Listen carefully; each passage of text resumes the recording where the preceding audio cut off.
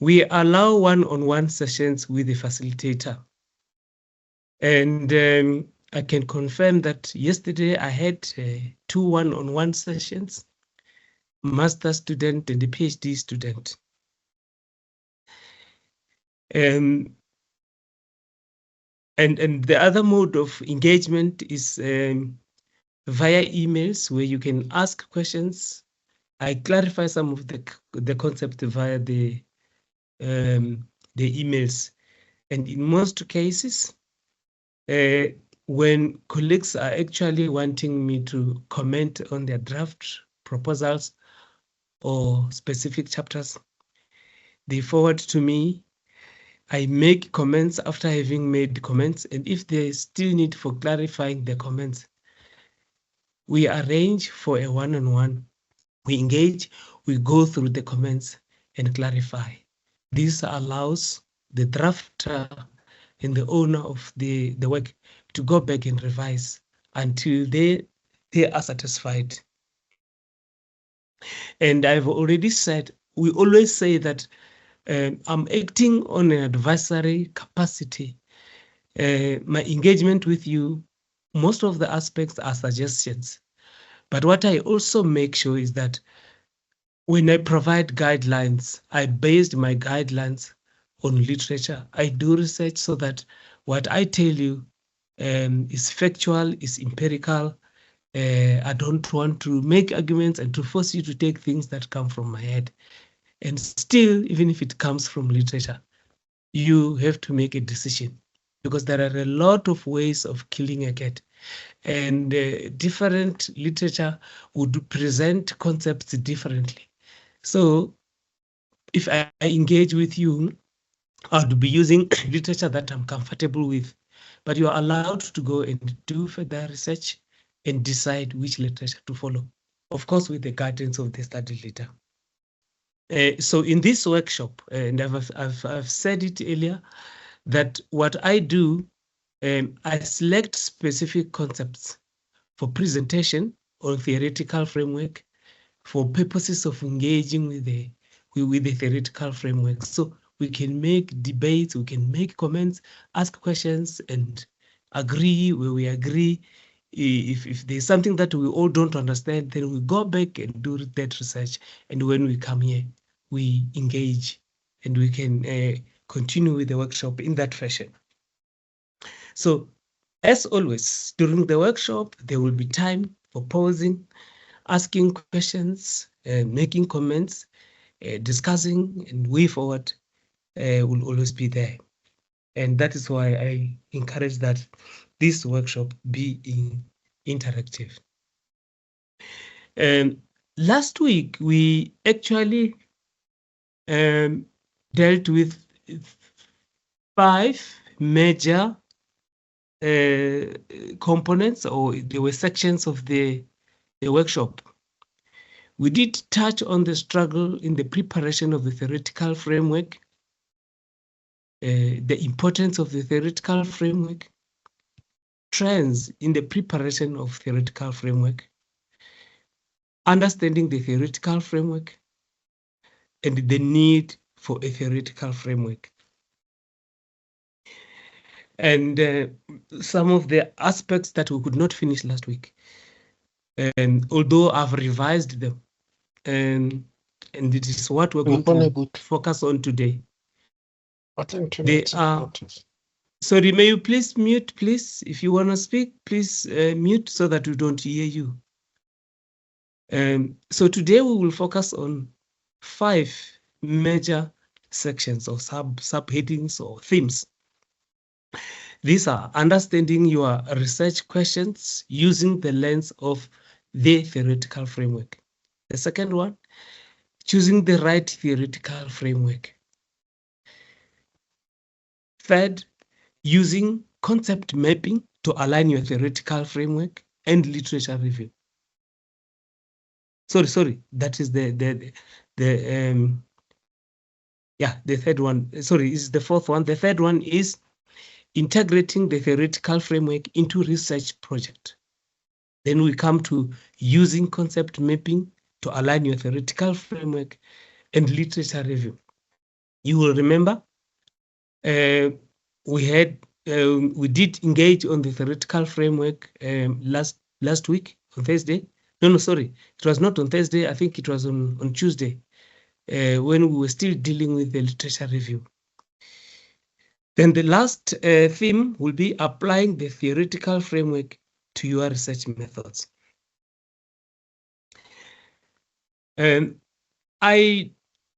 I noted, and I did hear a comment from Ms. Madima that the theoretical framework concept was very, she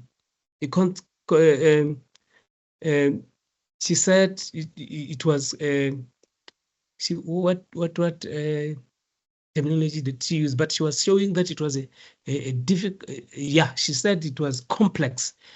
And I felt that she was saying it was difficult to comprehend or to understand. And just even before we could continue today, I am going to ask you if you indeed did understand and you grasped the basics and the discussion on what the theoretical framework is and how we use it. I think we might have touched a little bit on how we used it. When we were closing, actually, we were touching on how you implement it. Remember the purpose statement, the significance, the research questions, all those. And I want you, just before we can continue, to indicate if you still remember what we dealt with, and if indeed you still have some concepts, use and understanding, and I do believe that you might have done literature review in preparation for today. Let me pause a little bit, and you would indicate to me if indeed this session was complex. So we'll find a way of making it more simpler, and we'll continue to do research to ensure that the concepts that are difficult to grasp, then they are simplified. I'll do it from my side, and I also recommend that you study further.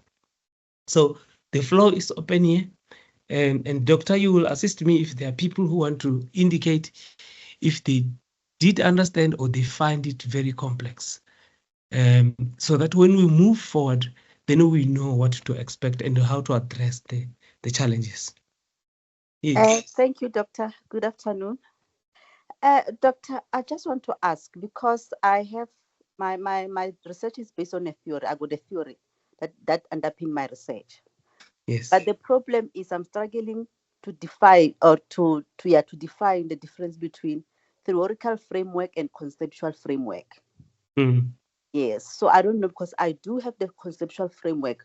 So I don't know Yes. if I also need to have the theoretical framework. So I need to know the difference between the two. Thank you. Okay. Thank you very much. Let me respond to that one. We, when you read literature, some authors say that the theoretical framework and the conceptual framework is one and the same. So they think that the terminology can be used interchangeably. Last year, I did not have a session that focused on the theoretical framework or the conceptual framework. By that time, I had not done a lot of research, but I attended a session presented under the College of Graduate Studies, and there was a Professor Pat Gulube. He was presenting the theoretical framework. And in his presentation, he indicated that there is a difference between the theoretical framework and the conceptual framework. And he indicated this. A theoretical framework will use one theory. In other words, you apply one theory in your studies. And those people that are undertaking quantitative studies, some literature say that some quantitative studies test theories In other words, they will put a theory up front, and then they want to test what the theory says. The theory has got principles, the theory has got assumptions. That is what they believe that in quantitative studies you test.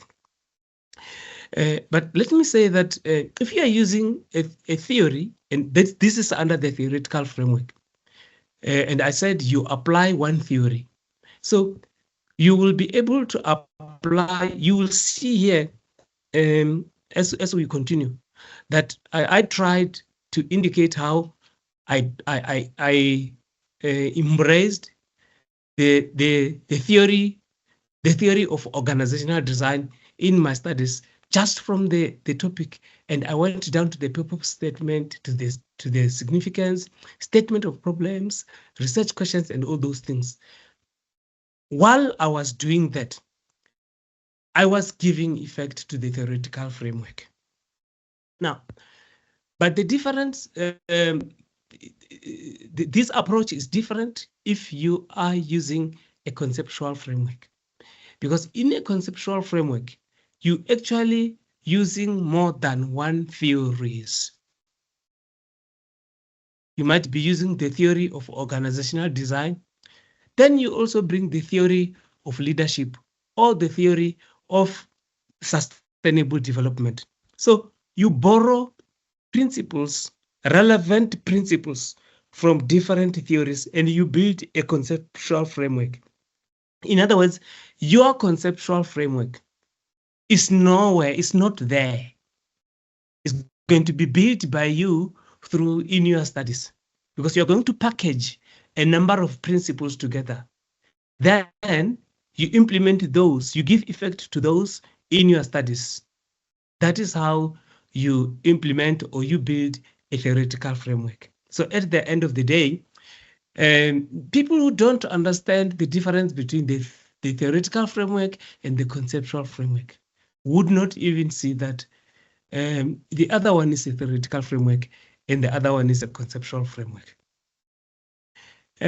For the purpose of our workshop, so I was saying, I've got a presentation that I've prepared in an anticipation that when time permits, we will also have a workshop on the conceptual framework. To me, I've never used a conceptual framework in conducting any studies.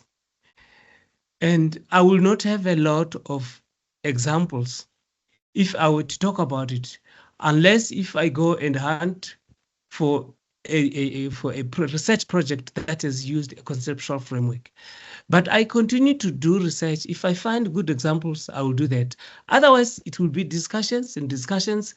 But if we find examples, or if you find them in your literature review, please, you will be allowed to engage with me. So to me, there is a difference between the conceptual framework and the theoretical framework. So those differences will become very evident when I present the conceptual framework. But at the end of this workshop, if time will allow us, when we conclude, I can a little bit touch on the differences. I do have slides that talk about the differences. But I felt that it was not my interest in this workshop because I was mainly interested in the theoretical framework. I thought I could talk about the differences if I start talking about the theoretical, the conceptual framework. So that is what I can say, Mavasa. And if you want to follow up with me, it's fine. I don't know if that the explanation assists you. But even outside this workshop, we can work on it, and I can make my specific comments on what you have, if you already have a proposal. Yes, doctor. I think I understand now. I'll make time to meet with you. Thank you. Okay. Thank you very much. So, colleagues, I was asking you, now this shows that your question was very relevant, because I wanted anybody to make a comment if they've got a challenge in understanding the theoretical framework, or did I lay a good did the previous workshop lay a good foundation for us to continue, or people are confused at this stage? Can I hear an indication? Can I have an indication? We are going to continue because everybody is on board. And so I decided, you must tell me if I must not do this, because I thought I must make a connection between what we studied last week and what we're going to do now. And as a result, there are a number of those themes that we touched on last week. I want to make a superficial touch on them, just to touch them and to do an overview on them, so to remind you of some of the important discussions that we had. And here, therefore, we will touch on the struggle of the preparation of the theoretical framework, importance of the theoretical framework, trends, and what is theoretical framework, the definition. You remember last week we said we used an analogy of building a house, that when we build a house, we need a blueprint, we need plans. And we indicated that a house does have the elevations and the ground floor. And we said an elevation will only show the outside structure of the building. But the ground floor, if you go inside, it has got all the details. And we agreed that if we go inside the house, there's somebody who did not mute. Please do mute.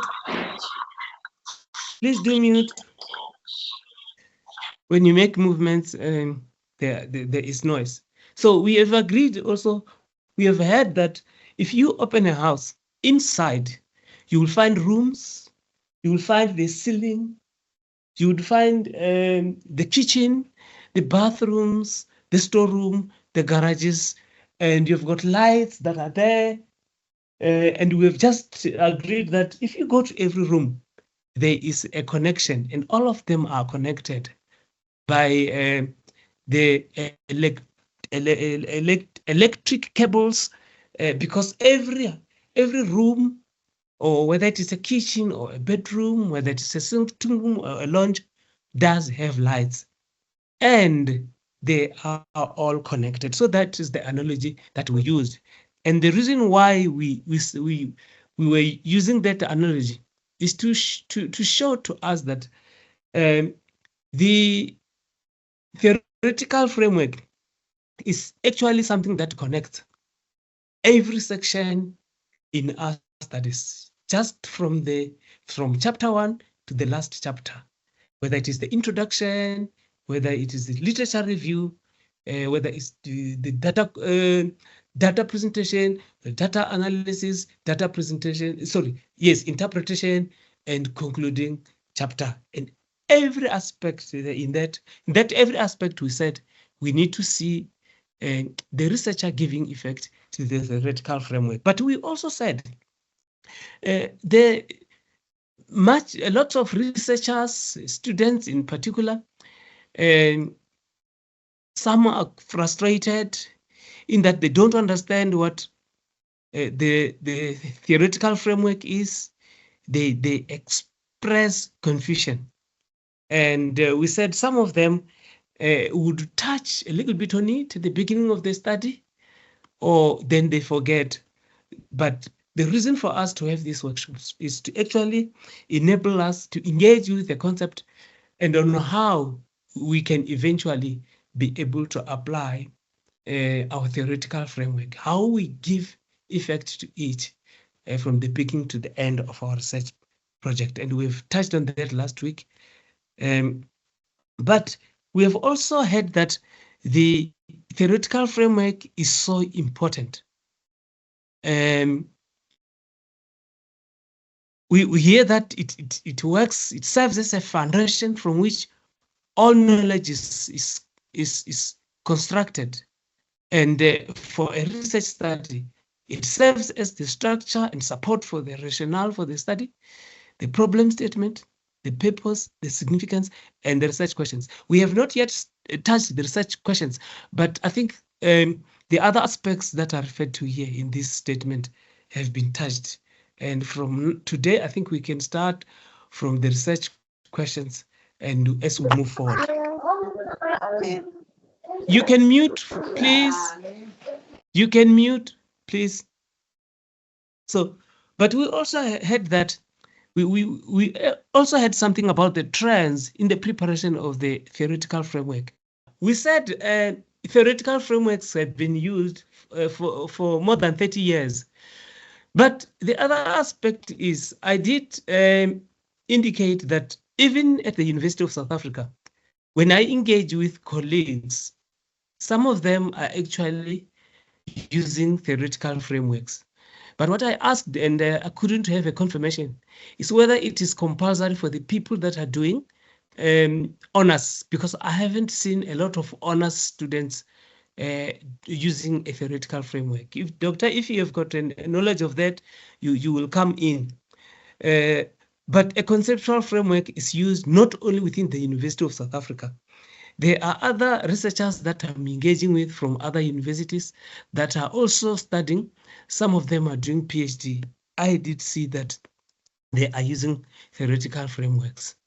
So I also indicated last week that if you don't use a theoretical framework from the beginning, you encounter a challenge, because at the end of the study, if your report has to go for external examinations, the external examiners would expect to see that you do have a theoretical framework. By the way, I don't see a situation where study leaders would allow students to complete their studies without using a theoretical framework. But I've got a very bad example of a PhD students from another university, not South Africa, who went to go and collect data, and the student had started analyzing data. And when I started engaging with her, I asked if she has got a theoretical framework. I noted that she did not have, not even a conceptual framework. Then I guided, because I was assisting her, I was mentoring the student. I guided her and even made a recommendation that it is better that she considers the use of a theoretical framework. And when she made these recommendations to the study leaders and to the university, it was accepted. And today, as we speak, she had to work backward to try and incorporate the theoretical framework. But it is always very difficult to work from the end to the beginning, because sometimes you see, instead of you giving effect to the theoretical framework, then the theoretical framework has to follow the data that we have collected, because we've got to read in between the lines. What does the data address? And maybe even your literature. But you should remember, if the person did not have anything to do with the theoretical framework, it means even the literature chapter did not address the theoretical framework. So the person has to go and revise even the chapter on literature review. So this shows that it is important that the theoretical framework be used from the beginning. Now, we defined again last week what it is, but let me read these statements for you. The theoretical framework is the blueprint for the entire dissertation inquiry. We have been repeating the statement blueprint when we presented an analogy of a house that is being constructed with a plan.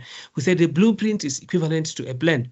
And if you do not have a plan, you do not know how the structure will look like. So if you do not have a theoretical framework, you would not know how the study would be structured, because we said it is a background, it is a blueprint, or is a plan on which you build your house, you build your research project.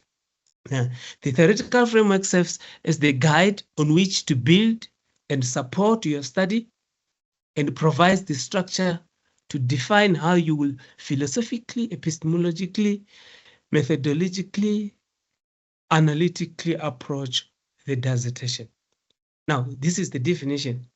It can be defined as a structure that guides research by relying on a formal theory, Now you hear the statement of theory. It relies on a formal theory constructed by using an established, coherent explanation of certain phenomena and relationships. So that is what we did last week. And if you have got questions here, because I've teased you, I've touched you, now I've reminded you what we've done, you can still pose those. And Doctor, you can check them if they're raising hands there, so that if they want to make comments now, they can make comments. And I thought I would hear a lot of comment because some people would have read. I encouraged you to go and do literature study. I'm surprised why you're not making comments on how you see the theoretical framework. You should be having something to say about the theoretical framework, because we treated it, and there has been some opportunity to go and read, so you can be prepared for the session.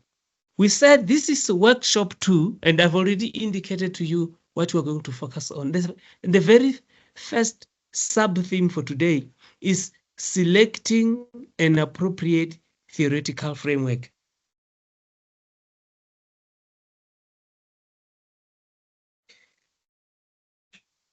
And I think some of the slides we've gone through last week, and I'll just do an overview so that I rush to where we've stopped, and then we can start.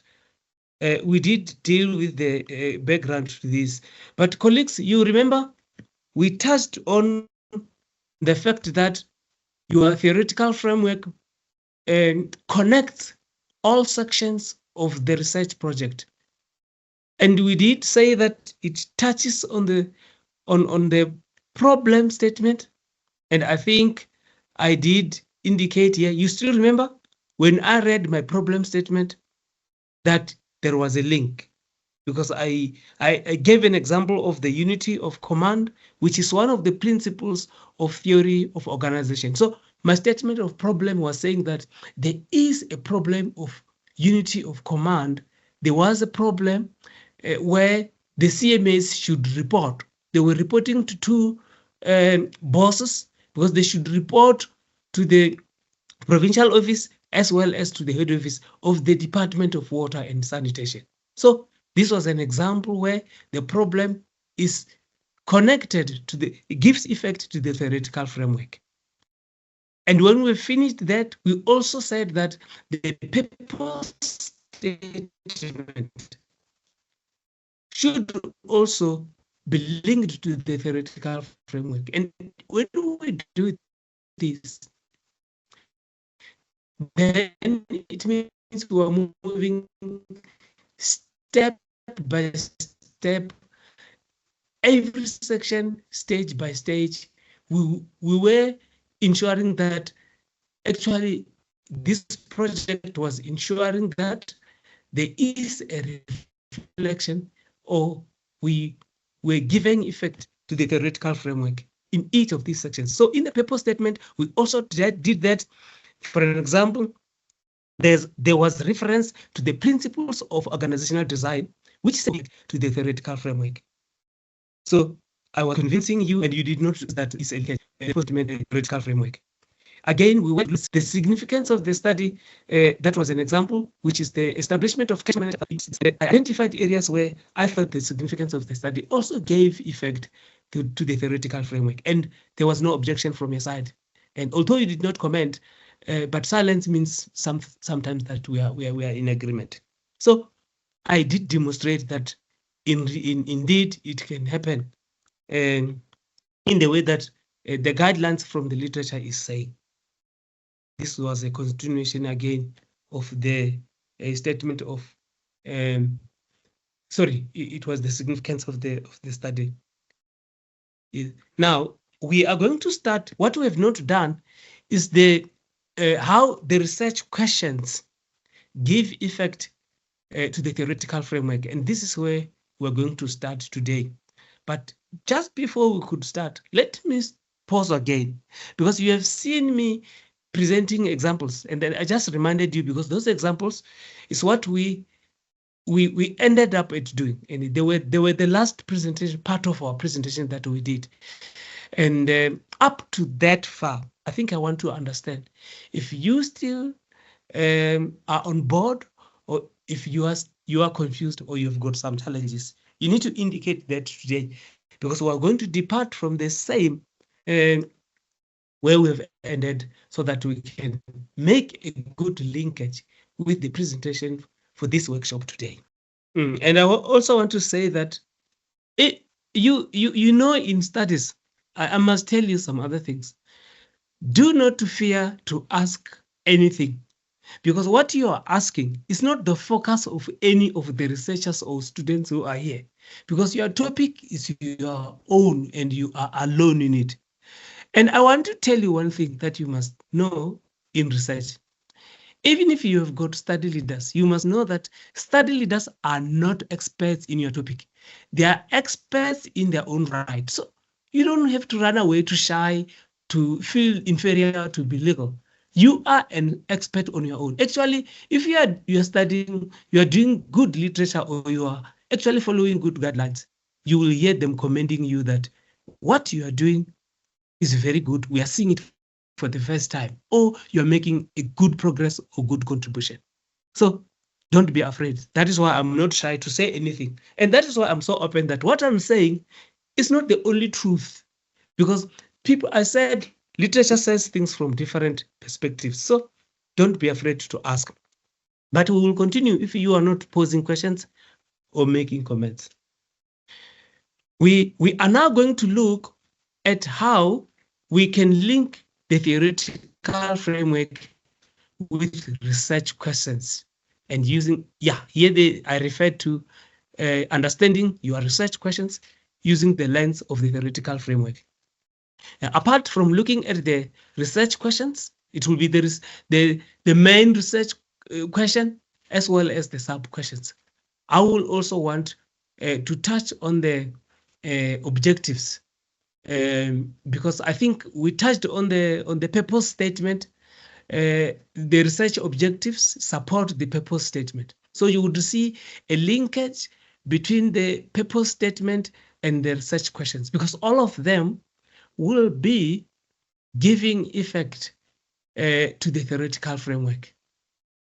So you will see that there is a relationship between research objectives and research questions. There is a relationship between the main research question and the purpose statement. This is what we will demonstrate today. The development of the research questions in your dissertation has a direct impact on the other parts of your study, including but not limited to the theoretical framework.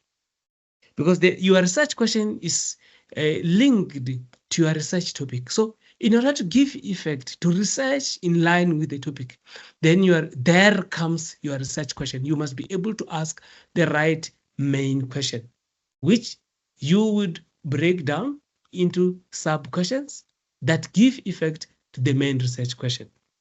Now, the relationship between the research questions and the theoretical framework is complementary.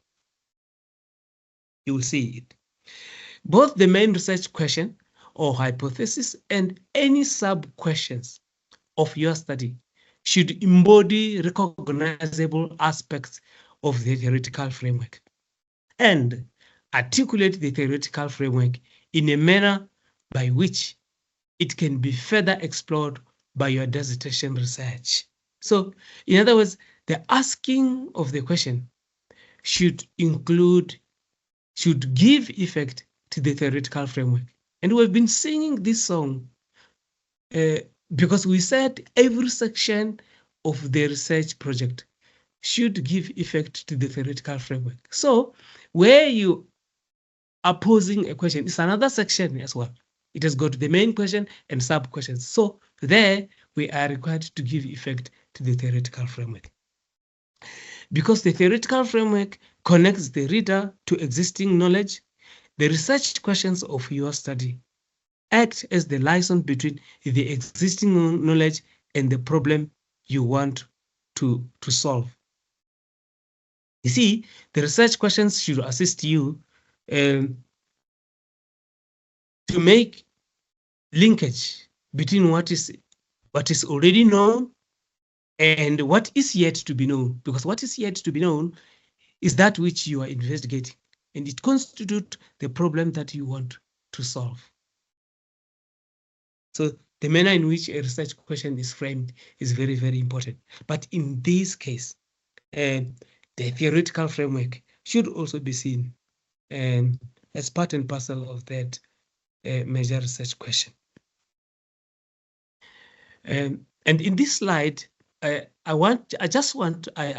made again an extract from our case study, which is the establishment of catchment management agencies in South Africa. And we're going to look at the research question that was posed in that study. And if we were lucky, I might have even included the sub questions. So all of them, we want to see if they give effect to the theoretical framework. And what we just read in the previous slide is that there should be aspects of the theoretical framework that should be reflected or that should be embodied in the research question. So it is like this. With the discussion so far at hand, this was actually after the statement of problem. Then I started the research question in this fashion. With the discussion so far at hand, the following general research question can be asked. The question says, can an analysis and implementation of the principles of organizational studies and organizational design assist CMAs and their CEOs to manage their respective water management areas more effectively so that a better service can be rendered to water users?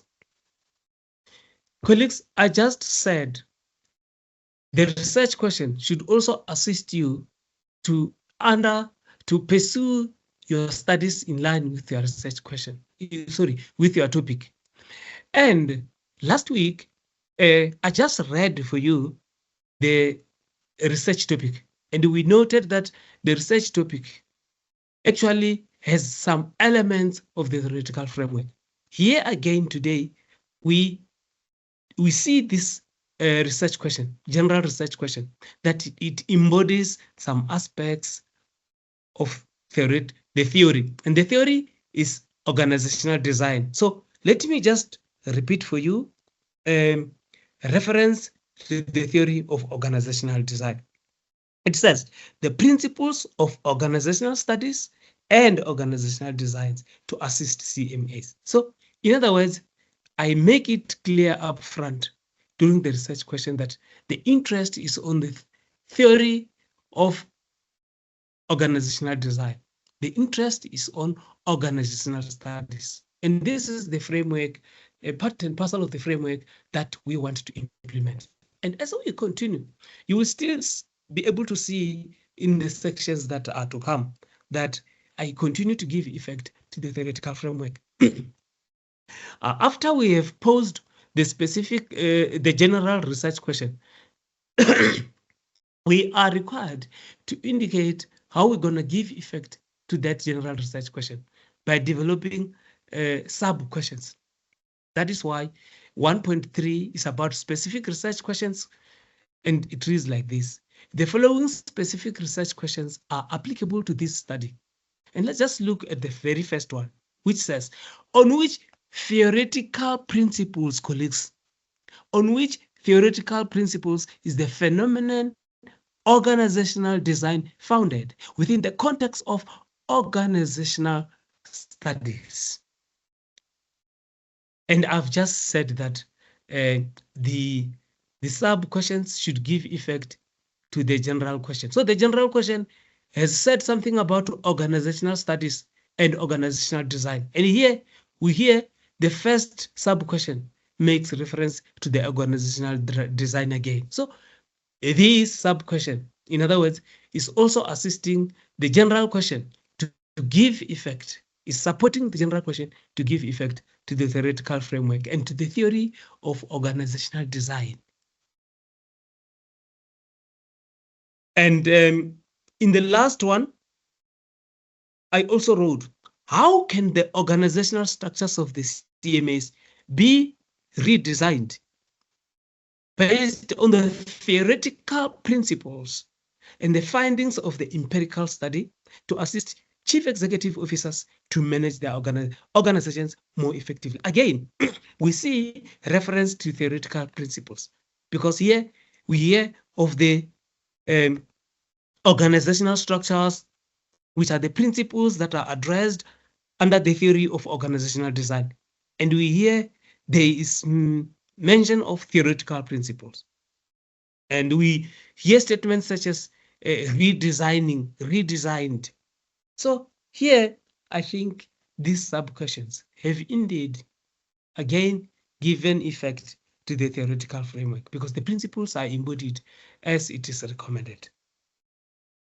Now, I said we although the guidelines from this author didn't make reference to the research objectives, but in the research objectives, one always gives effect to the theoretical framework because there you are again, as recommended in the case of research questions, that some aspects of the theoretical, the theory, the theoretical, such as the theoretical principles, should be given effect to, should be reflected in the objectives as they were reflected in the sub questions and the general research questions.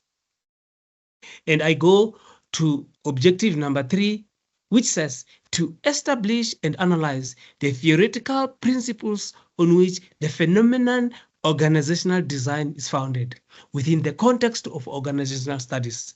And to refer that we have a dedicated chapter in this project, which was chapter 3, and it was solely dedicated on the literature review that focuses on the theory of organizational design, so that I can be able to give effect to it everywhere. And even the fourth objective reads like this: to determine through an empirical study based on the theoretical principles of organizational design again, which problems the Inkomati, Usutu, and the Brede Horit CMAs or catchment management agencies experience regarding their organizational design. Colleagues, the statements organizational design, organizational studies have been a thread that has been running through all these research questions and the objectives. And on that basis, I feel that I fulfilled the recommendation from the guidelines, which this author was actually saying.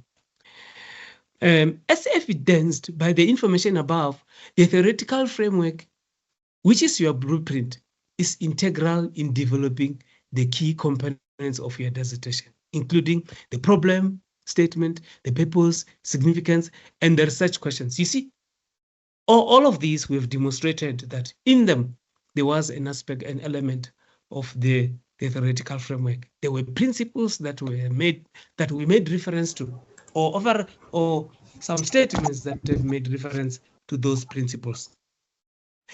Keeping this in mind, the selection of a theoretical framework is one of the most important steps in moving from thinking about your dissertation research to actually starting your dissertation research. Remember, most of the aspects in chapter 1, you are designing a project. You give structure to your project, but you also put steps on how you will undertake. When you come to the methodology, that is where you are putting an approach, how you will do it. Somewhere you've even put the background, you indicated the importance of the studies, how it will contribute. But when you come to methodology, this is how the project will be implemented. So when you come to the implementation, you already have grounded the studies on the theoretical framework.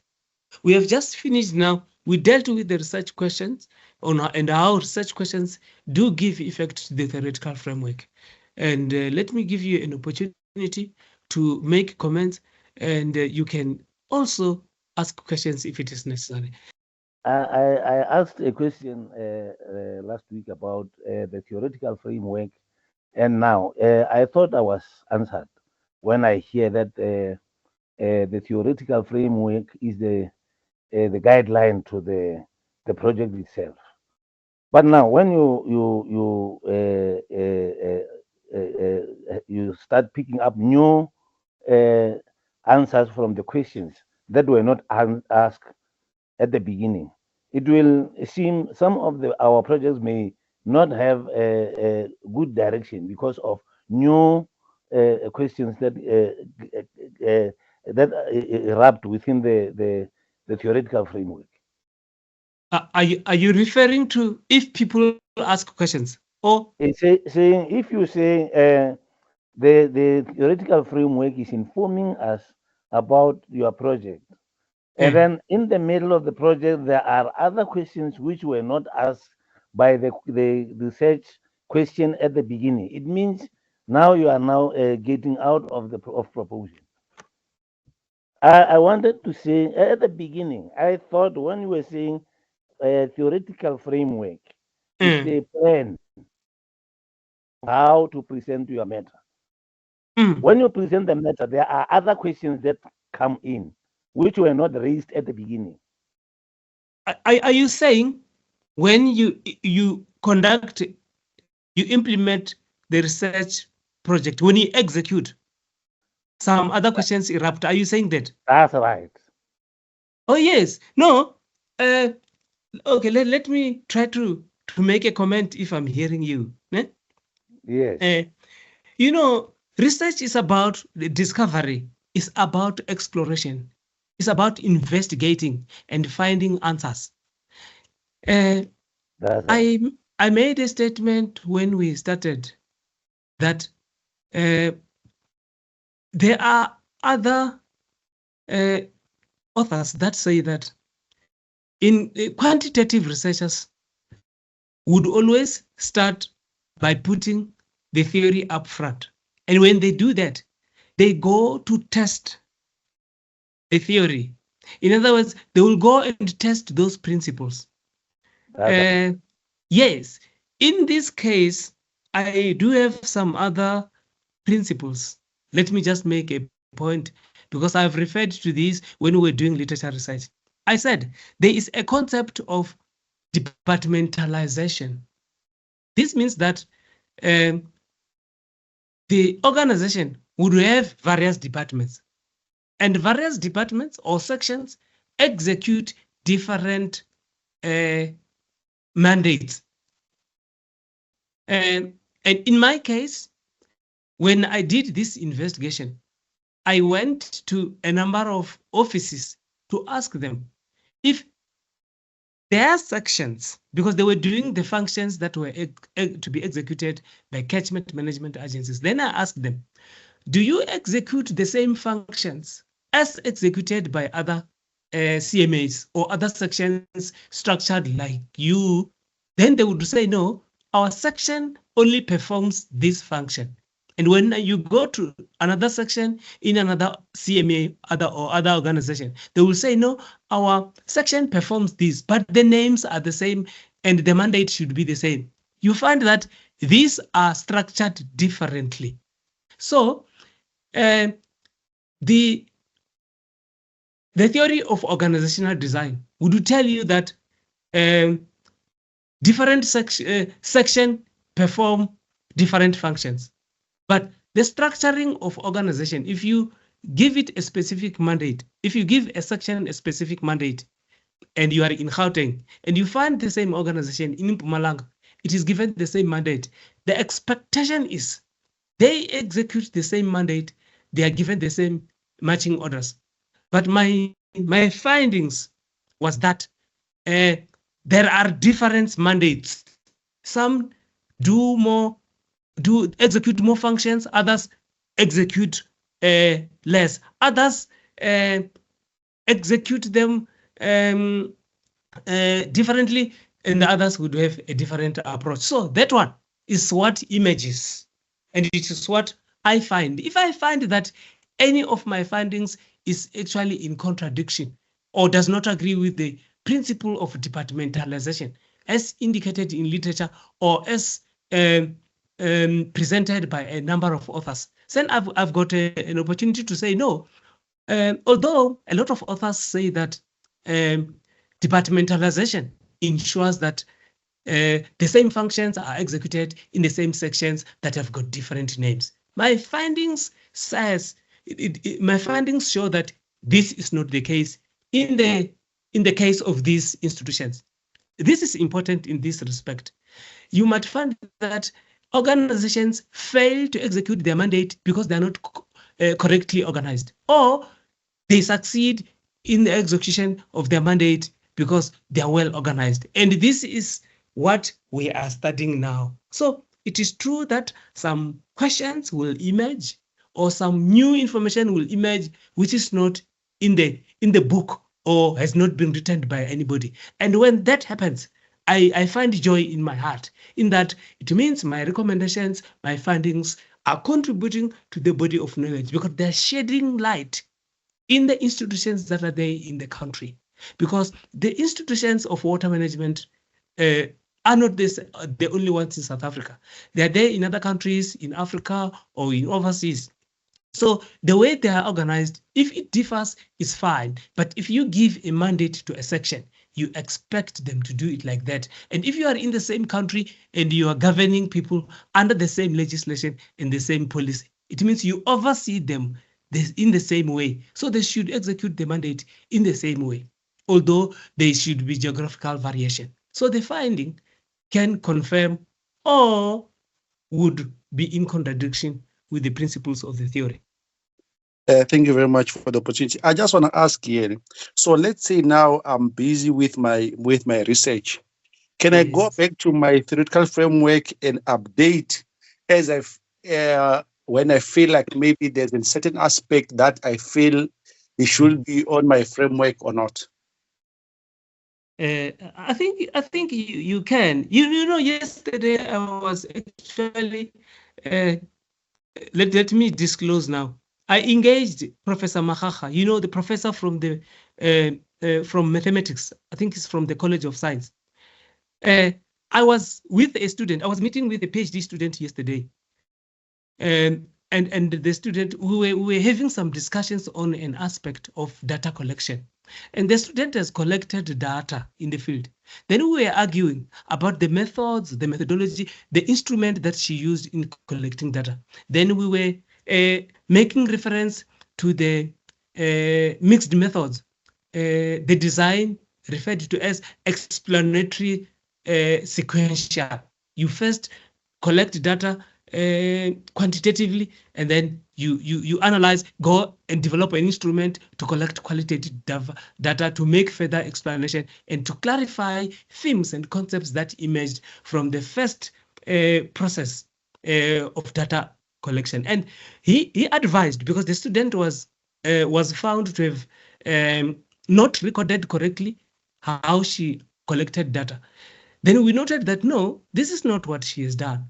And then Prof and I did advise the student that no, you need to go and actually revise the explanation that you have already had, because this she has already written under literature review, and she has already recorded and reported under data analysis how she has done the work. So we said, because there is an error, please go back, go and revise what is there. And I do believe that, remember, literature research will continue forever, even during the time of you collecting data or analyzing data or presenting or finalizing. Literature will be there. So if I discover a new understanding, some things that can assist me and improve my literature, there is no harm in going back to go and work backwards and revise it. By the way, research is reiterative. It's a to and fro process. You go forward when it becomes clear, or a jump backward. That is the reason why our chapter 1 will never be concluded before we write the final chapter. Okay, Doc. I was asking whether if I'm able to incorporate my theoretical framework only on the problem statement, not on the question. No, I think, no. You see, on the questions, It's very, very important to incorporate it there, because you, especially your general research question, you would see that it's sort of repetition or giving effect to the research topic. So if you don't do anything about the theoretical framework on the research question, I think you're going to lose, because remember, your research questions, okay, your general research question is going to have small questions below or sub questions that give effect to it. And those are going to be turned into objectives. And remember, your objectives are your intent statements, what you intend to do. So in what you intend to do, if you don't have a capture of the theoretical framework, just because it was missed from the purpose statement and from the general research question, so it means you have lost the framework when you go down, and you want to be able to implement it in subsequent stages or sections of your research project. So it is important that you give effect to it, to the theoretical, to the general research question. Now, we want to look at how you choose the correct or the right theoretical framework. And colleagues, I will be very, very slow so that I don't confuse, because here, this is the gist of it. We have incorporated it there at the top, but how do I know that? How do I know the theoretical framework that I must choose? Which one is the correct one and which one is the wrong one? And let's just hear what the guidelines say here. As stated earlier, most research studies in social and behavioral sciences have a base for conducting research. This is regardless of the discipline. This base is called the theoretical framework. The theoretical framework serves as a guide to your research and assists in determining what things you will measure and examine. So this is a repetition in one way or another, but it is an overemphasis which is needed, because it is hammering onto us why we should never undermine the need for a theoretical framework. So the theoretical framework is applicable on which to build your research and to inform the rest of your design. As such, it is important to examine your own epistemological beliefs when selecting a theoretical framework. Our beliefs are influenced by assumptions, values, and ethics, which are all personal postulates. And I want to refer you to the research approach that we dealt with, that it had an element or a section where we were discussing the paradigm. And we said the research paradigm includes your beliefs, your experience. If you have got other qualifications, yes, you have them. You have values. There is preconceptions, there is ethics, there are some other things everybody has got when you approach your studies. You have got prior knowledge, or you have got a way in which you see the studies, and the topic that you're gonna study is also influenced by what you know. So if I were to undergo a study on organizational design, so already I should think, oh, what is an organization? Is it the political organization? We've got the EFF, we've got ANC, we've got DA, we've got PA, we've got Mkonto West Israel, we've got so many of them in South Africa. Those are the political organizations. But there are other organizations. There are a government department, is an organ of state. So it is an organization. A university is an organization, it's an educational organization. So look, I already have these. I already had these. And I thought when I read about the theory, then I should understand how they operate, how they are organized, how they are funded, and who can be employed, how many people are working there, and all those things. And I think I'm not wrong, because the University of South Africa employs people, and it has got an organogram. There is the head, there is the vice chancellor up there. There is the deputy vice chancellor. Then we come down, head of department, senior lecturer, professor, and we have got a lecturer and a study leader who must assist us actually to do our work. So I have got preconceptions. When I'm the catchment management agencies, already I was working with them and more other water management institutions. So preconceptions, preconceived idea, experience, prior experiences, and as a result, then this is going to influence how I choose a theory. It is impossible to not have preconceived notions, even if they are very general in nature, or even if they are very specific. Due to this, your fundamental beliefs affect how you will examine and explore research, especially your theoretical framework. In this vein, it is important to reflect on your own worldview and way of conceptualizing problems. Yes, indeed. What is the lens with which you view the world? For an example, if you view the world from a pragmatic lens, choosing critical theory would not be the best way for you to proceed with a theoretical framework. Whereas if you view the world through a lens of interconnectedness of human beings, social network theory might be a good choice as your studies theoretical framework. There is no one theory that fits best with any inquiry. Now, here it means there is a lot of theories from which you need to choose. You won't say this is the only one that is best until you can test it. You must first test. And there is a way in which you can decide on how which one is the best, and we will do it. There's something that they refer to as using the conceptual framework, or using the concept map or the mind map. The literature map that we used is also one instrument that we can use to decide and determine on how to make a choice of the literature that fits or that will assist us to actually undertake our research project.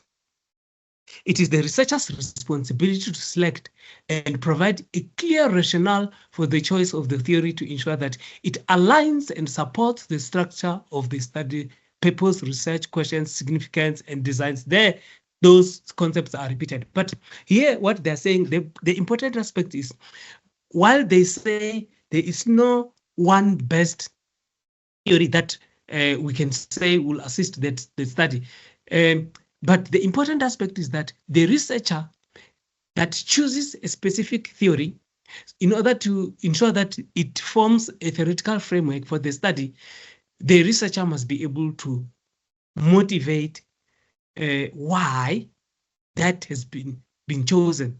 Where does it assist the study? And I think as we go through this presentation, we will have to find a way of answering those questions. There should be a clear rationale, by the way. In order to select the most appropriate and best suited theoretical framework for your dissertation research, consider the following 10, I've put there is 8 guidelines, sorry. Begin with identifying your beliefs. Consider several theories that intersect nicely with your epistemological values, and broaden your way of thinking about the concept in your study. Develop a working knowledge of the theories and understand why each theory is important to you. Conduct a brief literature review to find support for your theories. Consult the dissertations and thesis database to review how others have applied the specific theories you are considering. Consider arguments that oppose your beliefs. Apply answers to how the theory connects to your problem, the study purpose, significance, and design. Select one theoretical framework that provides a solid descriptive blueprint for your reader so that you can implement that one. Rich theories will offer both an elevation blueprint and a floor plan. This will help you focus your studies design and analysis plan to better build your research. Now, okay, let me stop here. If there is a question again, because we're going now to start seeing how we integrate the theoretical framework in the study. But let me first pause so that other people can also speak, can make comments, or they can ask questions that we can further discuss. Let's see how the theoretical framework can enhance the literature review. In general, the literature review is a discussion of your knowledge about the topic under study and how that knowledge is supported by the research literature. Often, the literature review acts as the foundation of your study. When conceptualizing your literature review, it is important to understand the purpose of the literature review in the dissertation. The literature review is designed to demonstrate the researcher's knowledge of a particular subject area, field, and discipline. And I want to say that I've stated at the beginning that I had in this case study that I'm showing here, I had a full chapter. It was chapter 3, where it was dedicated to the literature review.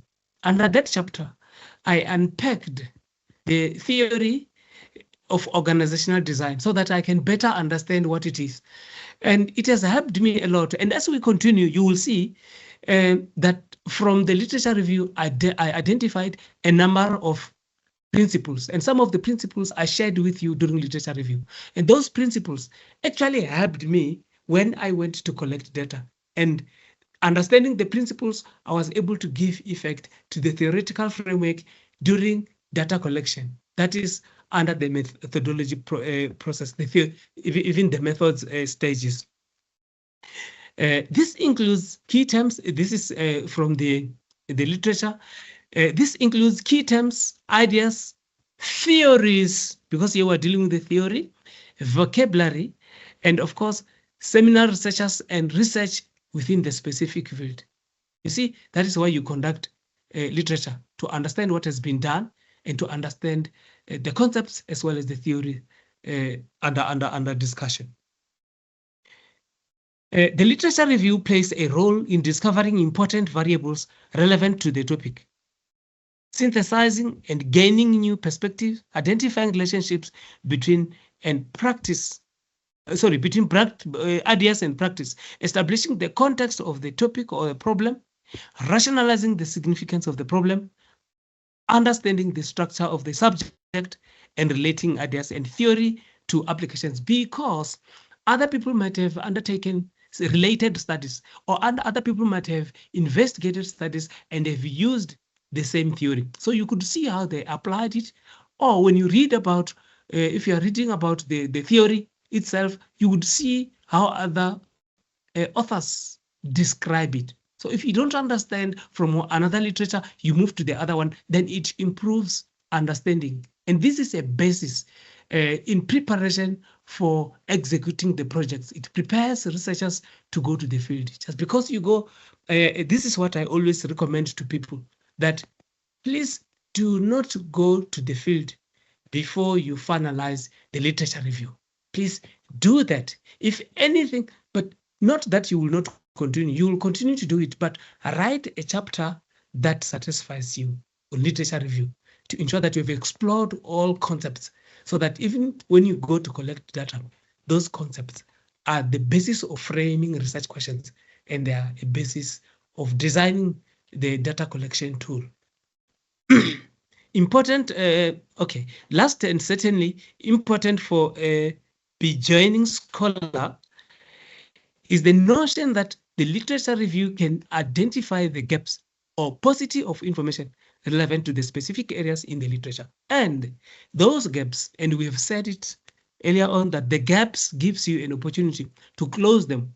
And because research is about closing gaps, it's about adding into the body of knowledge, and it's also about extending the study where the previous researchers have made specific recommendations. So if there are gaps, then you identify them through literature review. These perceived gaps are the specific areas in which the researcher can significantly contribute to the literature and field. This is what I was just saying. The theoretical framework and the literature are intrinsically linked. Often, a theoretical framework can be used as a guide for logically developing and understanding the different yet interconnected parts of the literature review. As you center on the lens with which you view the world, you should in parallel develop the established empirical literature in the field you are studying. The theoretical framework and the literature can then be developed harmoniously. So in my case, although I had a dedicated chapter, which was chapter 3, which was focusing solely on the theoretical framework, chapter 2 was looking at this organization, the establishment of the catchment management agencies. It looked at the existing practices, what is done in South Africa in the establishment process, as well as the legislation that actually supports and that informs how these institutions should be designed, what is the process that should be followed. So there is a chapter that had preceded the theoretical framework, but these, all of them are related, because in chapter 2, I spoke about organizations specifically as catchment management agencies or water management institutions. So water management institutions as organizations in chapter 2, then in chapter 3, organizational design as principles and as a strategy and a way of organizing any institution. So I gave effect to it by ensuring that we investigate the organization of catchment management agencies. So there is a linkage between the chapter on the theoretical framework and the chapter on other literature review. I just want to give you to show how the literature review was developed harmoniously with theoretical model. Here, this is what I was saying, that in chapter 2, there were CMAs and water resource management within the context of legislation. So in other words, organization, just bear that in mind. There, introduction, current status of water in South Africa, but progress in the provision of water. But chapter 3, here, if we go to the heading says chapter 3, organizing and organizational design in public institutions. A theoretical. Sorry, please mute. Please mute. You are talking about Uja to it. We are talking about the theory here. Now you can see that I was trying to demonstrate that in chapter 3, I indeed dedicated the discussion and I focused it on theoretical perspective, but it is organizing and organizational design in public institutions. There I've got 321 under 3.2. There is the study of organizations where I've got 321 defining the concept of organization, 322 organizational structure and design, and all of these you have heard. They were there in the research questions. They were there under the objectives, and they were there under the statement of problem, the purpose, the significance, and even the overall research question. The role of theories in organization studies, defining the concept of organizational studies. Colleagues, I tried to work on this concept so that I understand it before I could even go to the field. So to ensure that actually I exhaust my literature review on the concept of organizational design and as a theory or as the studies. Theories on organization and organizational design is just a continuation of what I did in chapter 3. Classical, here I indicate the types of theories: classical organizational theory, Frederick Taylor's, Henry Fowler, Max Weber, modern organizational theory. And colleagues, later on, you see, all of these are organizational theories. In other words, there was a family of organizational theories, and I had to explore them. So until I found one that resonated with me, the one which I thought was suitable for the studies to assist me to achieve the research objectives. And you will see it later on which one was implemented.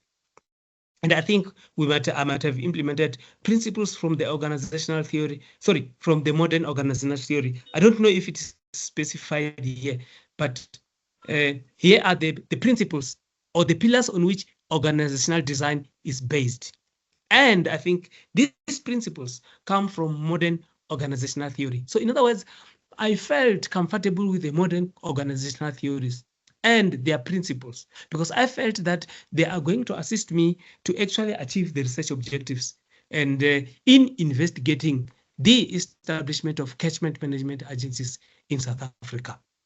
Let me just remind you that these principles, I used them as an example under a literature review. Yes, and let me just indicate how many there are now. Specific organization design principles. They are, I think there are 6. We've got departmentalization, we've got line and staff functions, we've got centralization and decentralization, division of work and work specialization, chain of command, span of control. These are the principles that guide how an organization should be designed. For an example, I cited an example of departmentalization, that it talks about how the functions are distributed in an organization, how the mandate are allocated, and how the specific sections or units execute their mandate.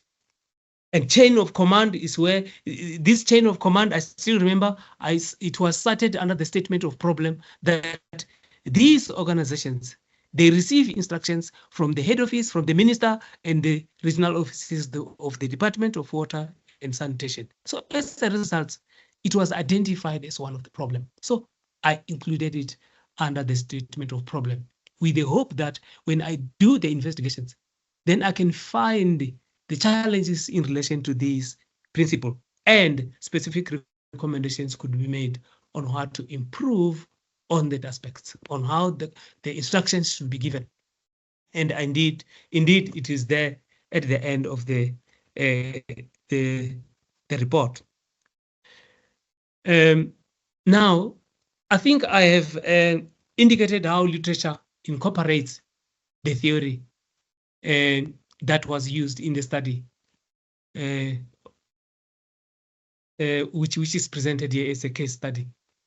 But let me also stop a little bit before I can come to talk about the theoretical framework. Sorry, the conceptual map or the literature map. This will just make reference to and indicate how it is relevant to the study, because we've dealt a lot. We had a lot of discussions on it in previous workshops. But let me also stop. You can ask questions or you can make comments. Do I have to write chapters for every portion of the work that I do? Say literature, say a framework, chapter 1, chapter 2, chapter 3. Every piece of work that I do.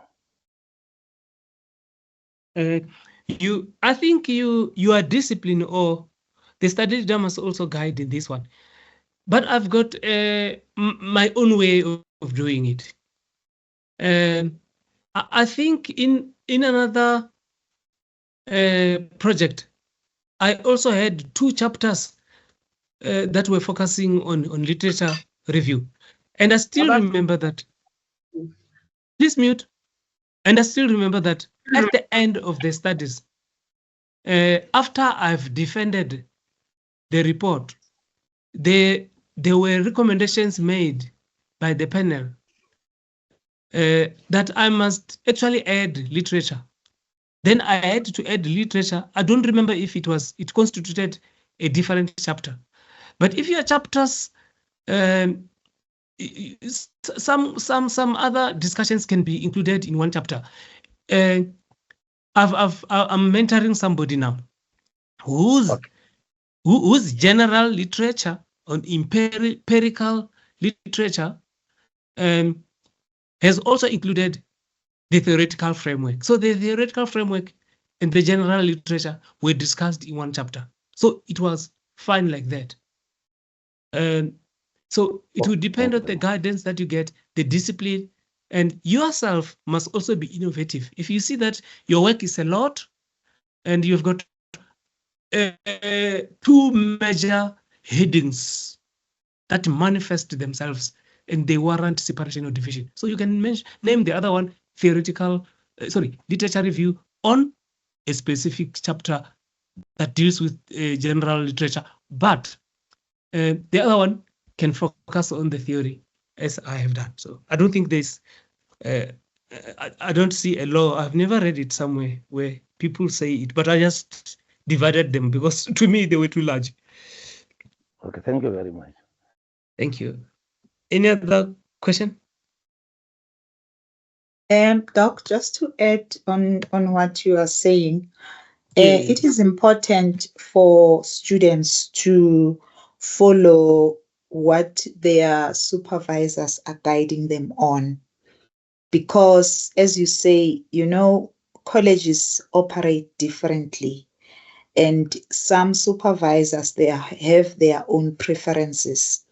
But in actual fact, each and every like a theory, literature review must have its own chapter, although others can say literature review together with, and it also depends.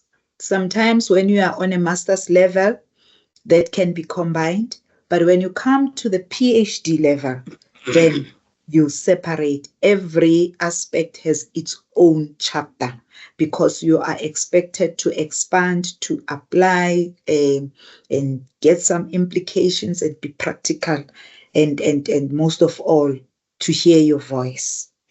Thank you. Yes, thanks, Doctor. Thank you very much. There's a question, Doc.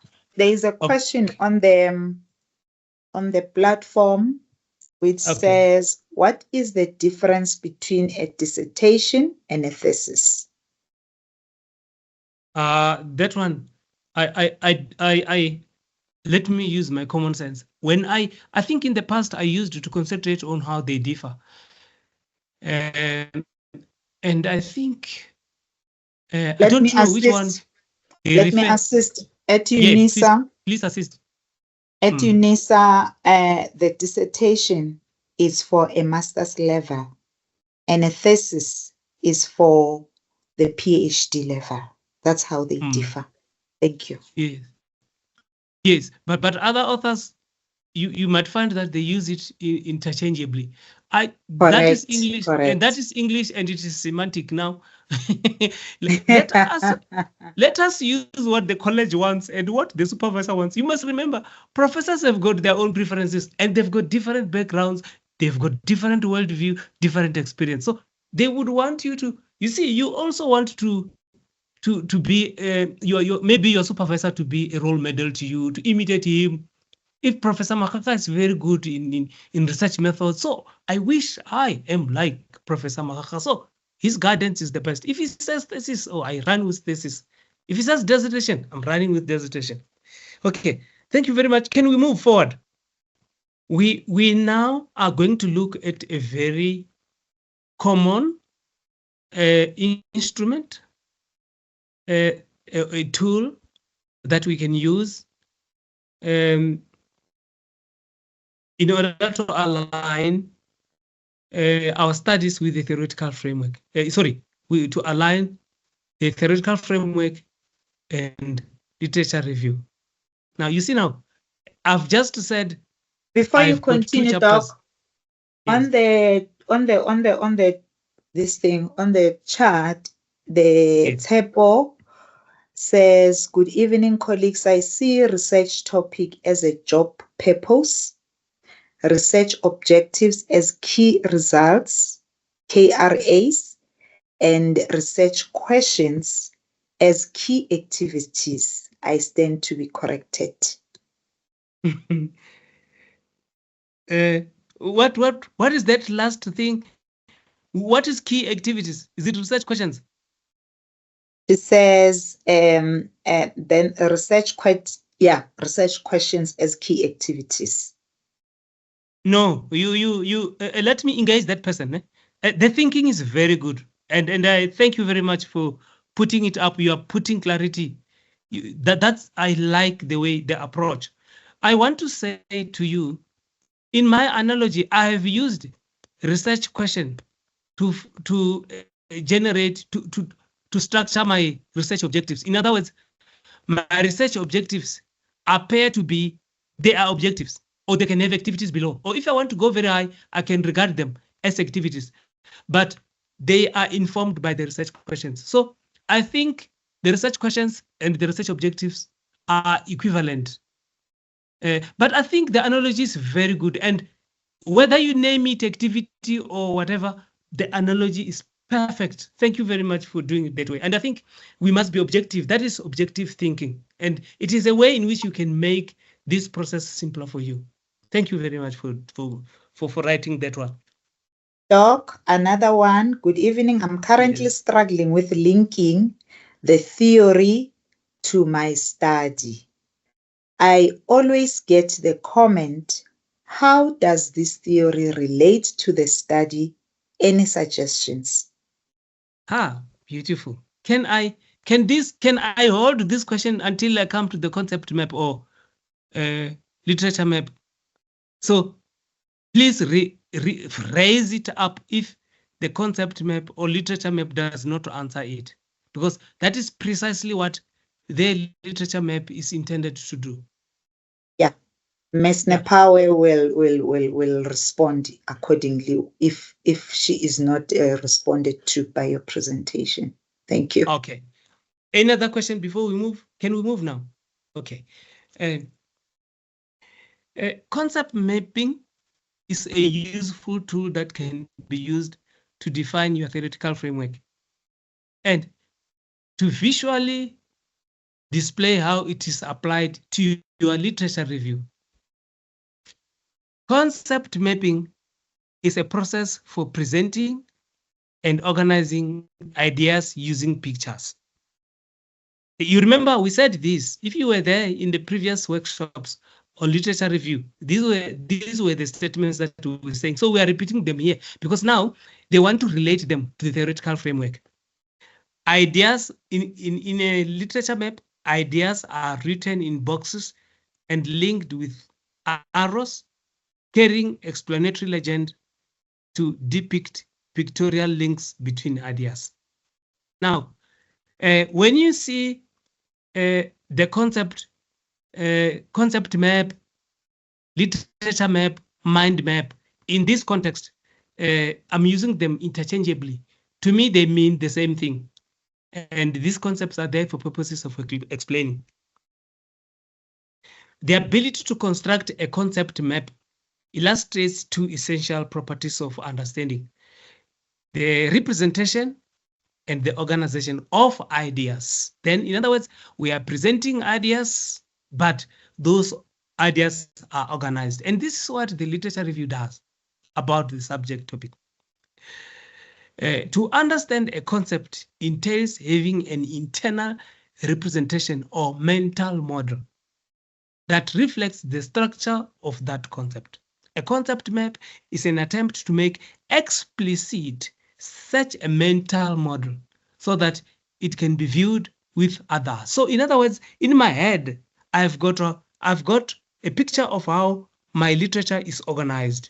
So I will put it in a picture, on a slide, or on a paper, on a document, so other people can read how I have organized my literature or how I visualize the literature. So it is a literature map. We will see how I've done it in another example. The construction of a concept map, of concept maps, is an excellent way to offer preliminary organization of knowledge and to structure your understanding of how you will approach your dissertation topic. Concordant with our analogy of a floor plan blueprint, a concept map offers you a tool to draw a plan for how you will approach your investigation within a specific theoretical framework. First, review literature and organize key issues of interest related to your topic using headers with key authors noted below each issue or theme. You still remember when we presented the literature map the other time, I had different boxes, and in the boxes, I put a theme or a topic, or yes, when I put a theme there, I had put an author below. So that is what is recommended that we do, so we can show how we understand it. These are the foundation concepts that support your chosen theory. In other words, foundation concepts are the framework, are those themes that give the structure to the literature review. Remember, the literature review has got a chapter entitled literature review, or in one other literature review, I've just put a title, planning in tourism development. Then underneath you've got subsections. Those subsections are structuring, are tools to structure, because they give a framework. They are focusing on specific discussions. They will discuss major subsection and then a section within a subsection until details, sentences, paragraph, sentence, and words, all like that. So this is what they're telling us here. These are the foundational concepts that support your chosen theory.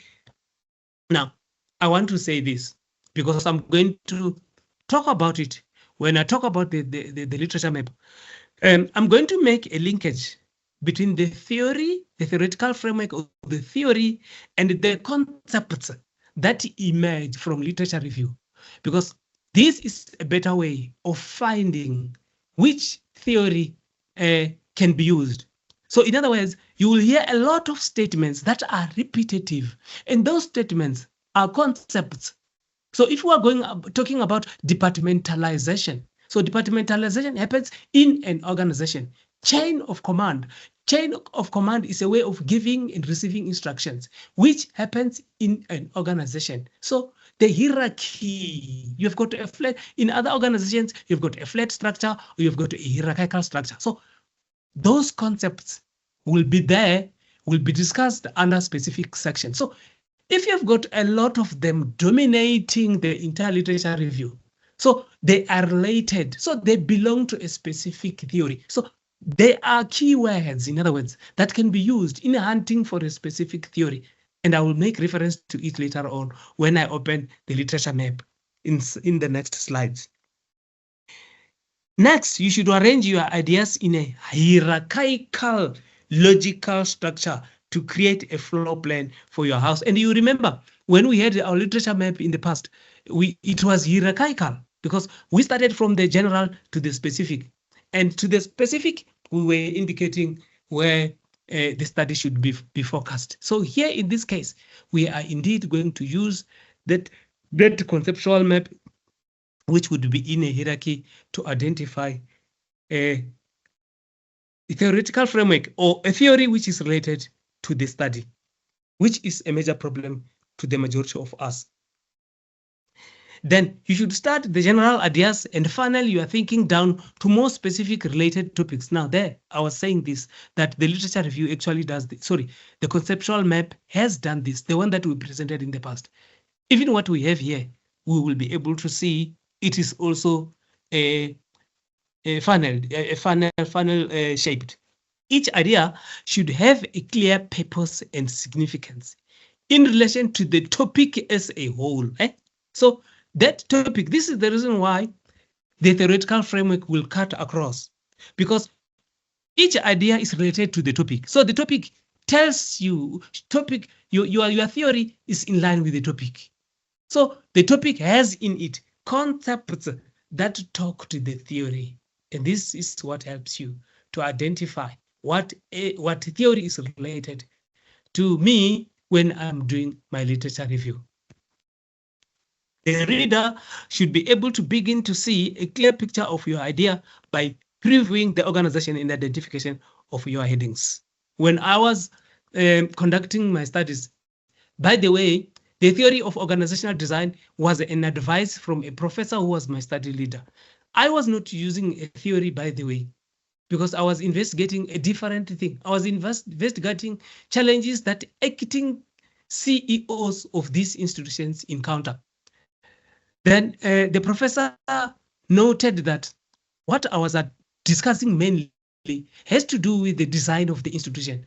Those problems that I had written in my literature review relate to the theory of organization, because my problems were organizational in nature. They were related to the way in which the organizations were structured. So he said, no, you cannot entitle your topic the challenges that are encountered by acting CEOs, because he then saw that this mainly has to do with the organizational theory. Yes, whereas in my case, I was going to use, if I were to use the theory, I was going to use a theory of leadership, because I thought that CEOs are leaders. Therefore, my theory, the theory that can answer the challenges that they have better in the study, should have to do with leadership. So I was going to implement the theory of leadership. But in this case, he noted that no, a lot of challenges are not only leadership related. They relate to the entire organization. Although leadership is a concept on its own, but leadership happens within the context of an organization where there are people who are employed. So the professor advised that I use a different theoretical framework.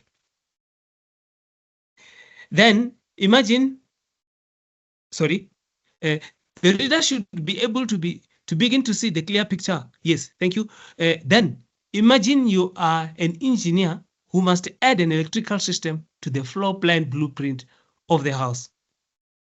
Then you must use a conduit and electricity to connect your research problem, research question, and significance. This we have already made reference to. So it's an overemphasize. Where do ideas flow? What are the linkages from each concept to the next? And the discussion in the literature we've seen in the previous one section links to the other one. There is a linkage that we need to create. So when you do this, in other words, you are indicating that your concepts are related. So in the way that concept in a theory are related, concept in a literature are related. Therefore, it should be easy for us to actually use literature review, concept or themes that are emerging there. They should point to a specific type of a theory. Draw visual arrows, connections, and boxes among concepts. This we've seen in terms of the literature map that we showed, we presented in the previous workshop. Finally, frame out the entire map with your theoretical framework and your research questions. There it is. The following items will be included in a strong dissertation literature review rooted in theory. A brief statement of your topic, an introduction to the organization of the literature review, identification of your chosen theoretical framework, identification of conflicts and controversies in the literature, identification of gaps in the existing literature. In the last paragraphs, only an explanation of how your proposed to study connects to the existing literature. A holistic view of your developing concepts map will allow you to view concepts that may or may not fit within your theoretical framework. What aspects of your research question have not yet been addressed on your map? What connections are weak or are additional details? Does the theoretical model, the exterior evaluation blueprint, fit within the drawings conceptual map? Interior blueprint, then in brackets, I put ideas, issues from literature as you imagined. Does each space of the proverbial house to be built have any intended purpose and rationale for being there? Your dissertation committee can help you evaluate the feasibility of the plan and approach for your dissertation. That is the role that they need to play. And here we should emphasize that it is always not simple in the first instance for a person who has never done who has never included a theoretical framework in a study to just go straight forward and just put it as it is, as acceptable or as useful as it is. And that is where we need the guidance from the study leader. So the work that we do, although we are required to do a lot of research, we bounce it with the study leader so that the study leader can see if it can assist in addressing the research problem, because even the research problem, guidance is needed from the study leader if it is feasible, if it is the research topic is researchable or the problem researchable. So I have got an example. I went this afternoon and developed this slide. so that we can use it to demonstrate how one can use literature review or a literature map to identify a theory that would be used in the study. And I'm going to actually go through this, and I will stop a little bit. And I'm making an example again, the establishment of catchment management agencies in South Africa. And remember, what the literature map does is that it presents literature that has been studied, that has been reviewed. And we have said literature starts from the general to the specific. And this is the reason why you see the topic on up there is not establishment of catchment management agencies, because my literature review did not only focus on catchment management agencies, but it laid a foundation of water sector institutions. And one of the water sector institutions, actually the National Water Act, sees the Minister of Water and Sanitation as a water management institution, because it defines anybody who executes the function of water resource management is referred to as a water management institution. So you see the minister there, who is one of the institutions that are referred to in the Act. But there are a number of water sector institutions that are spoken of in water legislation. You have got those that are referred to as water management institutions. You have got those that are referred to as water services institutions. You have got those that are referred to as international water management institutions. And as you go to literature, the literature talks about the minister and the functions and the role of the minister in the water sector. So literature is there. I just did not include literature here, and I did not have time to put it in. But I thought, because we saw that in the previous literature map, literature was always included. Here, even if it is not there, you would understand. But if it is a problem, next time I can include the specific literature, and then we can revise it again. But I want to tell you that the National Water Act has said something about the Minister of Water and Sanitation, and policies that have been developed have said something about the Minister of Water and Sanitation. And some authors have written about the role of the minister. Even the national policy on water in the country has made reference to the minister as a part of the water sector institution. So literature is there that has spoken about the minister as, so we can put some of them here, or even want to indicate that something was said. Then even the water management institutions here, there is literature on that. I didn't include the water services, the international, all of them have been debated. And in the literature review section that I had in that chapter 3, there is literature that focused on each of these boxes. Until under the water management institutions, we found catchment management agencies, which were the subject of study, which were the focus of this study. Then we focused on how these were organized. So there is a lot of literature and a lot of discussions, sections, subsections, and paragraphs that have discussed what catchment management agencies are. The others have defined how these catchment management agencies are established, or are, or some of the literature talks about how the CMAs are governed. And that is where we find literature that spoke about governing board of the CMA, how it should be constituted, how many people, what is their role, where should they report in terms of departmentalization. Every box does have its role and responsibility.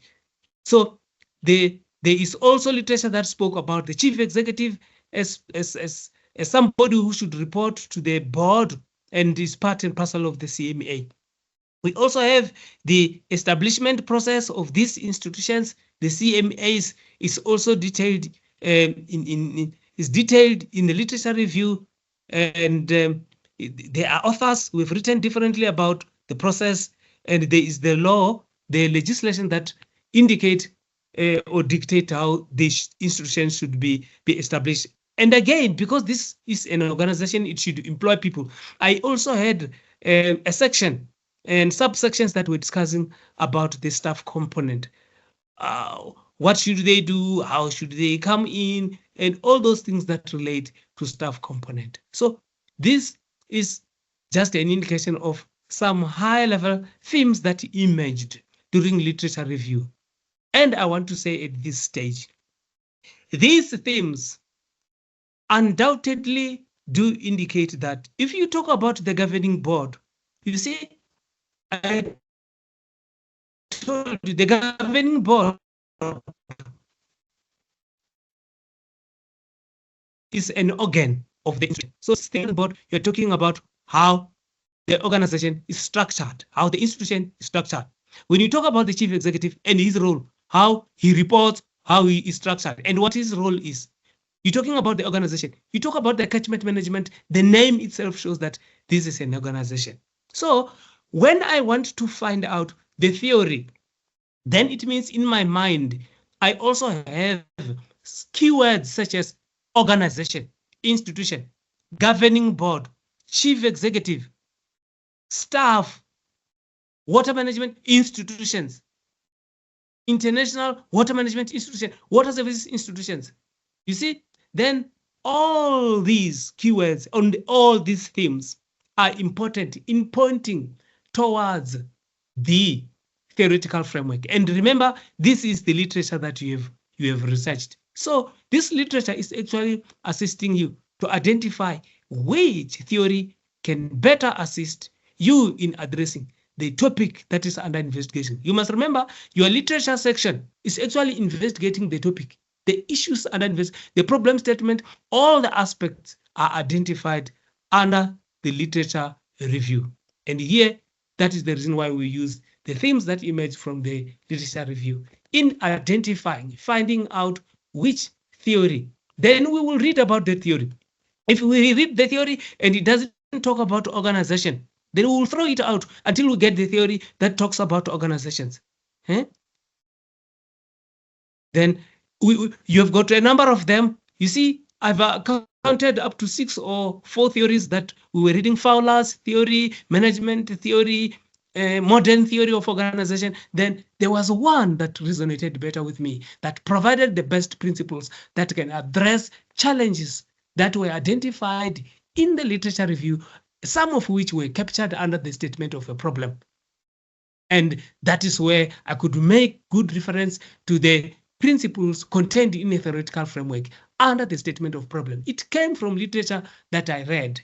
So let me stop here so that I can hear if that question has been answered. There was a question which I requested that it should be halted and that it should be raised when we come here.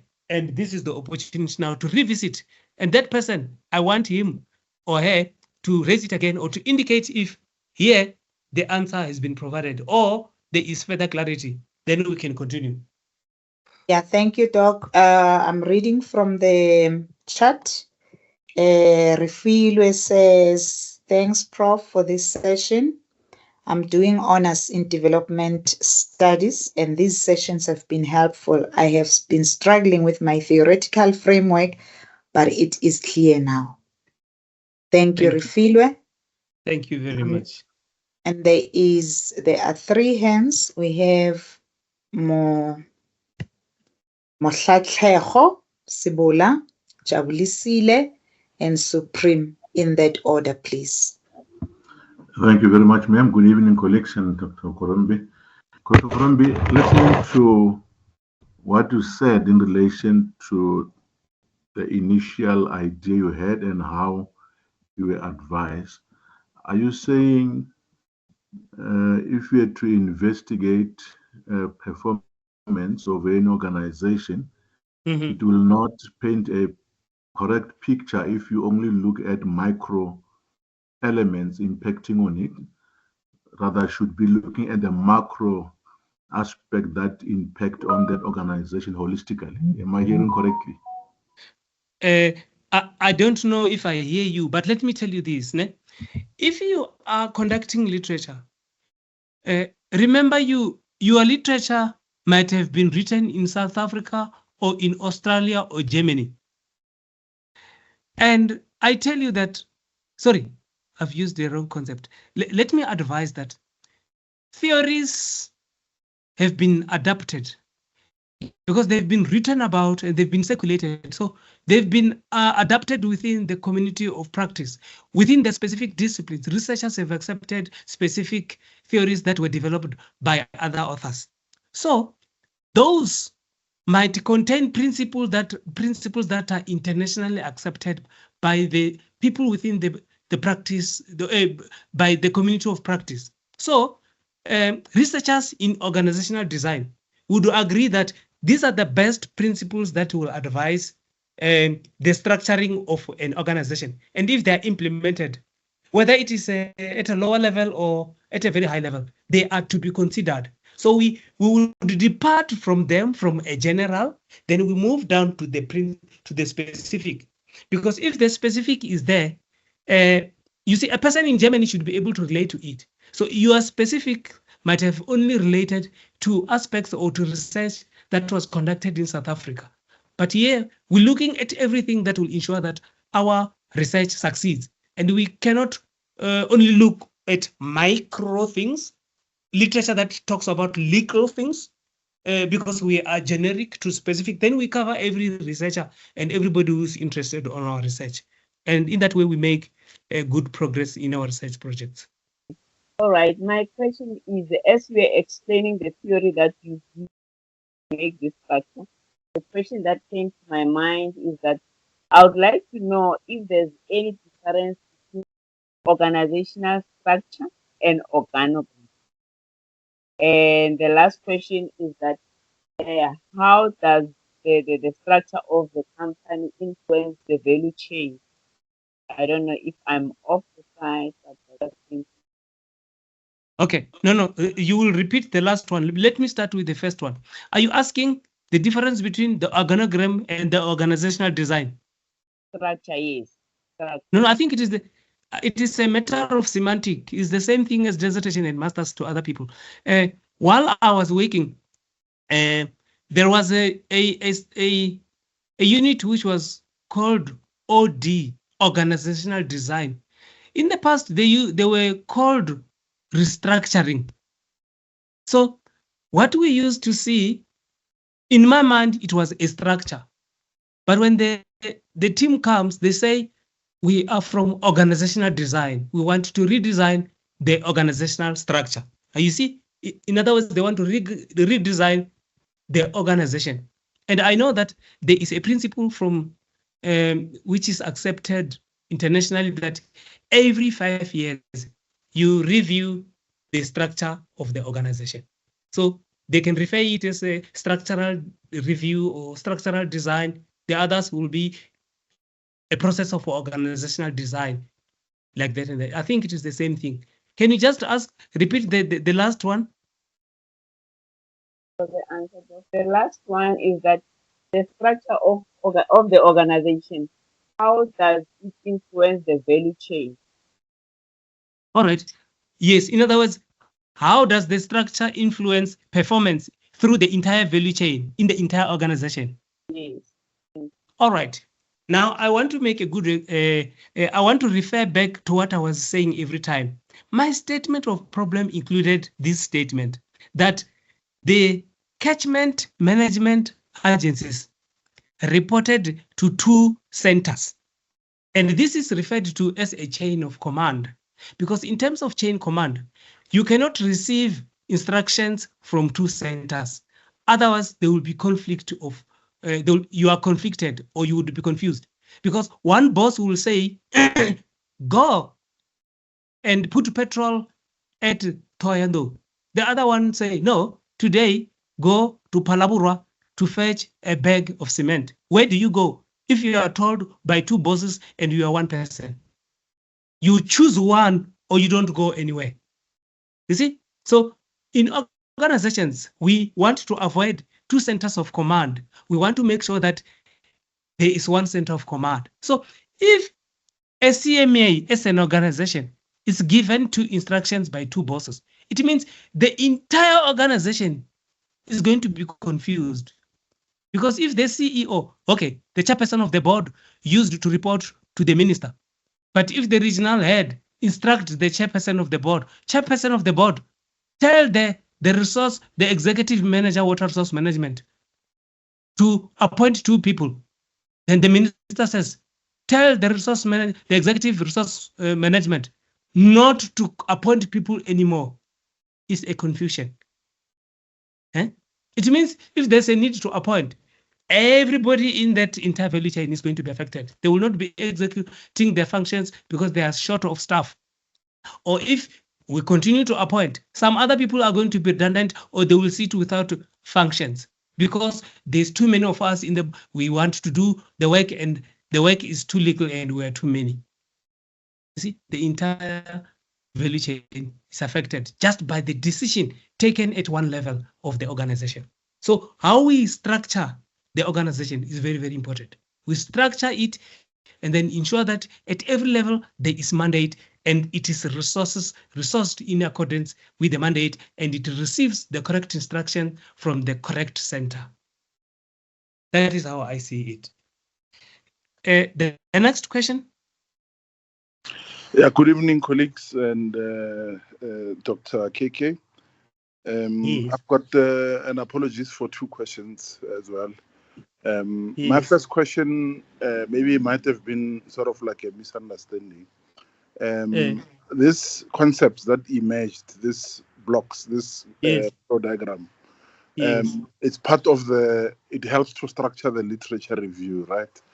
Now, once you have structured that literature review and you're going into the theoretical framework, when you discuss multiple theories before the real theoretical framework emerges, in which chapter is the discussion of multiple theories? Where does it belong? Does it still belong within the literature review?